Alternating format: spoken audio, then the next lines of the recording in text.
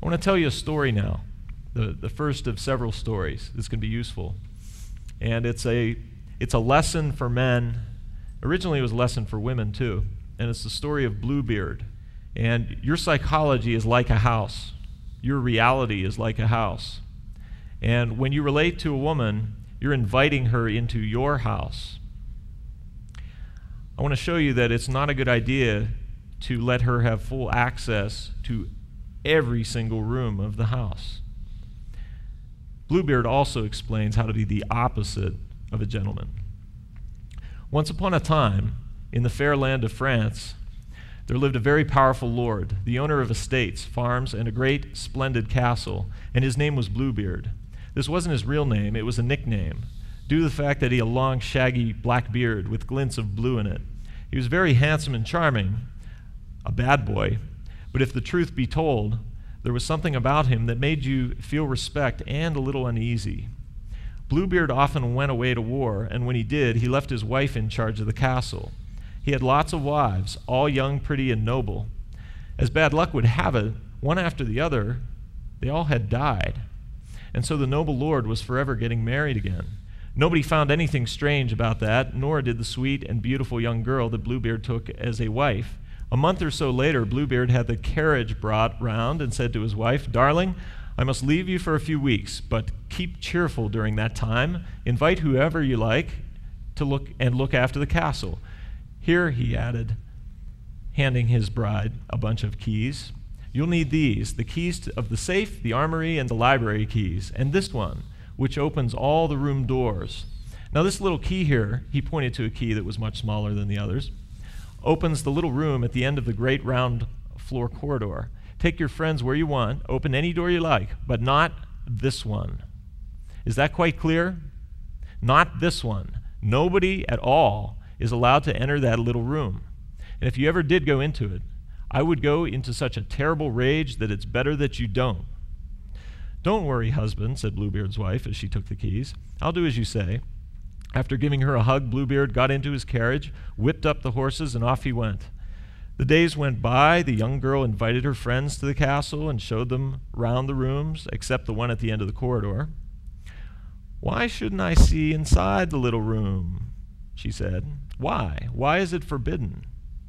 Well, she thought about it so much that she ended up bursting with curiosity, until one day she opened the door and walked into the little room. Of all ghastly horrors, inside, hanging on the walls, were all the bodies of Bluebeard's wives. He had strangled them all with his own hands. Terror-stricken, the girl ran from the room, but the bunch of keys slipped from her grasp. She picked them up without a glance and hurried to her own room, her heart thumping wildly in her chest. Horrors! She was living in a castle of the dead. So that is what happened to Bluebeard's other wives. The girl summoned up her courage, and she noticed that one of the keys, the very key to the little room, was stained with blood. "I must wipe it clean before my husband comes back," she said. But try as she would, the blood stain wouldn't wash away. She washed, she scrubbed, and she rinsed it, all in vain, for the key was still red. That very evening, Bluebeard came home. Just imagine the state his poor wife was in. Bluebeard did not ask his wife for the keys that same evening, but he remarked, "You look a little upset, darling. Has anything nasty happened?" "Oh, no, no," she said. "Are you sorry I came back so soon?" "Oh, no, I'm delighted," she said. But that night, the bride didn't sleep a wink. The next day, Bluebeard said, "Darling, give back the keys," and his wife hurriedly did so. Then he remarked, "There's one missing, the key to the little room." "Is there?" said the young girl. "I must have left it in my room." "All right, go and get it," Bluebeard said. Bluebeard's wife put the key into his hand, and he turned white in a deep, hoarse voice, demanding, "Why is this key stained with blood?" "I don't know," stammered his wife. "You know very well," he retorted. "You went into the little room, didn't you? Well, you'll go back again, this time for good. And with all the other ladies in there." And I thought you might like to read this line. "You must die." You must die. In essence, what happens is Bluebeard's wife's brothers arrive on the scene, and they draw their swords. They leap towards Bluebeard, who was fleeing up some stairs, and they caught him and killed him. And that was the end of the sad story.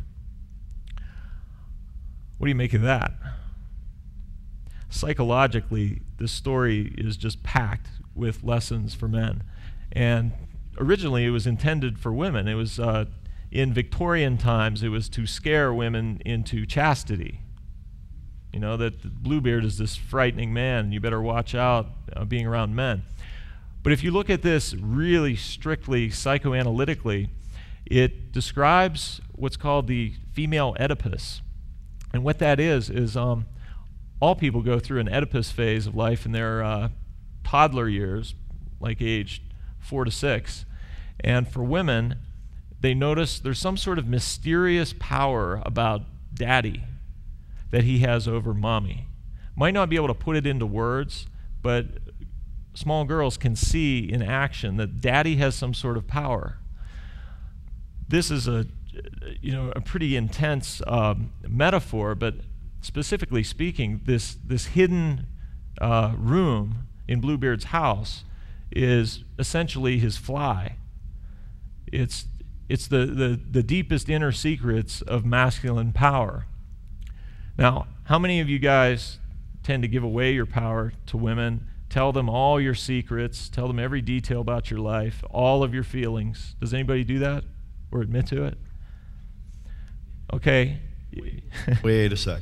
Raise your hand if you've ever given away all your secrets. Let her into every room, given her whatever she wanted. All right, good. All right, you need to always have some secrets that are so deeply, privately yours in your masculinity, even within a marriage, to keep it healthy. Now, Bluebeard's error was in giving her the key. Don't even give her the key.